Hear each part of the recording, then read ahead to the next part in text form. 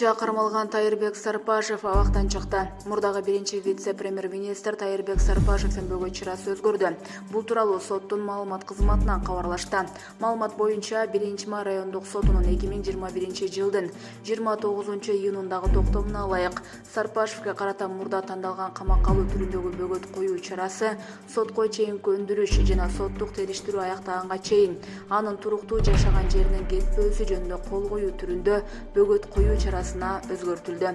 Эске сала кетсек, Сарпашев кумтөр иши боюнча 17-июнда кармалып, сот 2 айга камакка алган. Булак Говоритова.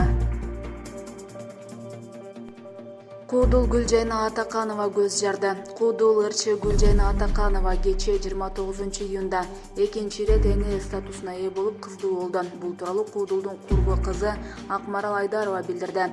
1 саат болуп калды көз жарганына. Бишкектеги жеке клиникалардын биринде өзү төрөдү.